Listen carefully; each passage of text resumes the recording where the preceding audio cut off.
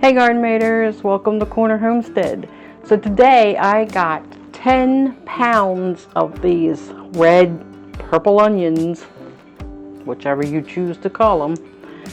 I don't want them all to go bad. I've been thinking about what I could do with them, and when I saw them so cheap I had to grab them because I am going to turn all of these purple onions, red onions, into onion powder. Making onion powder is so easy to do, and the best part about it, it just tastes so much better than store-bought onion powder. If you've never had homemade onion powder, direct from the onions, you don't know what you're missing. So let me get these sliced because I've already got the dehydrator set up and ready to go, and these are going to take a while to dehydrate, so I got to get going. Let's get slicing.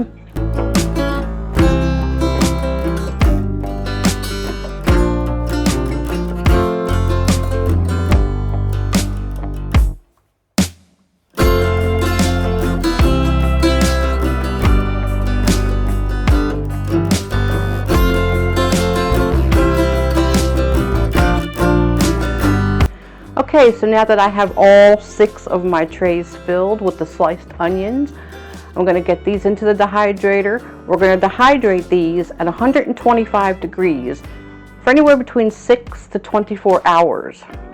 It's going to take a little bit of time, but you want to keep a check on them, and you know they're done when they are brittle and they break apart easy.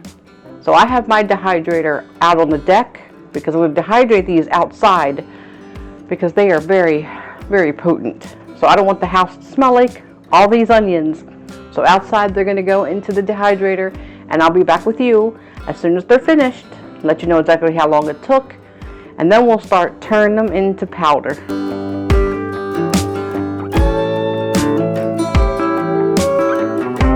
Okay, so I ended up putting my dehydrator on 135 degrees, and they have dehydrated for a complete 24 hours.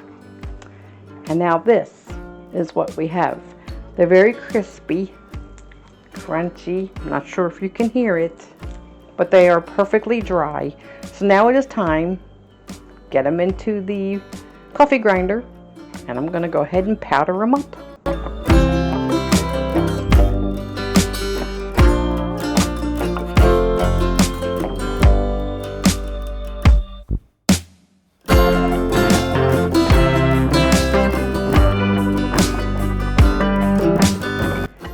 Okay, so I'm not sure how well you can see the color of this onion powder.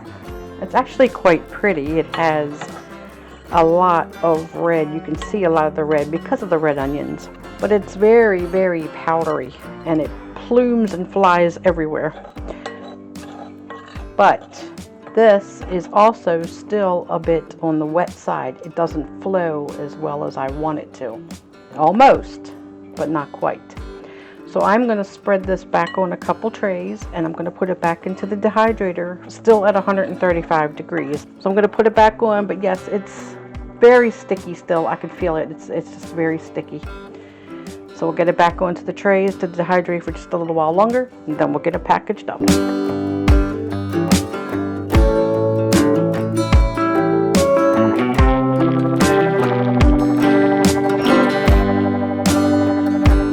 Okay, so now of course if you wanted to package up the onions whole in slices, or even dice them and dehydrate them and keep them that way, so you could just throw them in soups or stews or whatever you want to use them for, that's perfectly fine.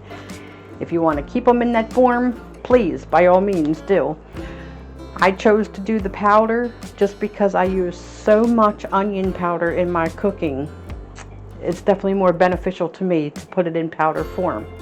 If you're doing the powder, I do advise, if you have any breathing difficulties, to please wear a mask, because it is definitely a very high plume, smoky plume of powder that goes flying into the air after every time I grinded it in the grinder. As soon as I took that lid off, even leaving it sit for a while.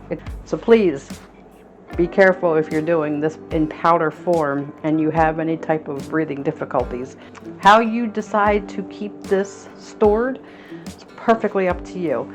I'm going to be putting this into a mason jar with the moisture packet and keeping it in my cabinet in the kitchen here, because that is where I use the most for the onion powder. Anything left over in the next batches that I do, I will put them in Mylar bags with the oxygen absorber and the moisture packet, seal them very well, and I'll know I'll have onion powder for up to 25 years if I want it. So out of the 7 or 8 large onions that I did, one whole batch, 6 trays worth of dehydrated onions gave me just about half a pint of powdered onions. Now I already have the moisture absorber in there. If you're going to store it in a jar, you do not need to put an oxygen absorber in there. Not really, especially when you use it quick like I do.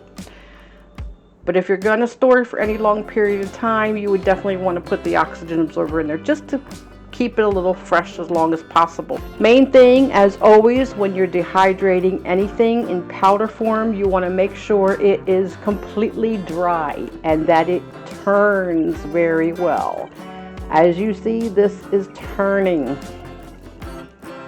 Proof that it is dry. You don't want it to clump. If it starts to clump, put the powder back into the dehydrator and dehydrate it longer to get it to complete dryness. So just to recap, I dehydrated the onions for a total of 24 hours. I did them at 135 degrees instead of 130. After I powdered them, I put them back into the dehydrator in the powder state, and I dehydrated them for another 6 hours. Also at 135 degrees. I wanted to be sure that they were completely, and I mean completely dry. Once they dehydrated for another 6 hours, I took them out, put them into the jar. I have the best onion powder now that you could ever possibly have. It is so much better than store-bought. So thanks for being with me. I hope I give you an inspiration today in using your onions that you may not know what to do with. If you haven't already subscribed, please do. Love to have you as part of the community. Love to watch the Garden Maters grow. So until next time, I love y'all. Take care. God bless. And I'll see you on the next video. It's pluming in the jar.